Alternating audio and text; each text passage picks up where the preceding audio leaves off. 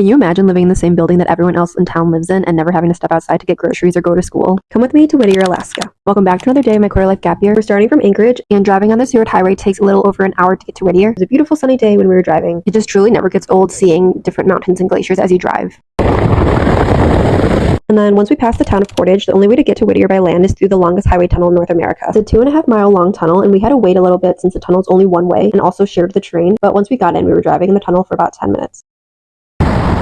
But then when we finally emerged, we could see Portage Glacier. We stopped for a nice hike to Portage Pass. It's about a 4-mile round trip trail, so it took us a few hours, but as you ascend, you get amazing views of the town and mountains and lake. It was definitely a little steep uphill at times, but nothing we couldn't handle. We also ended a beautiful glacier lake that has amazing views of Portage Glacier.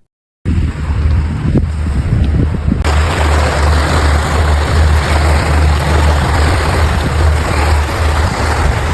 few hours later, and we're on our way back down.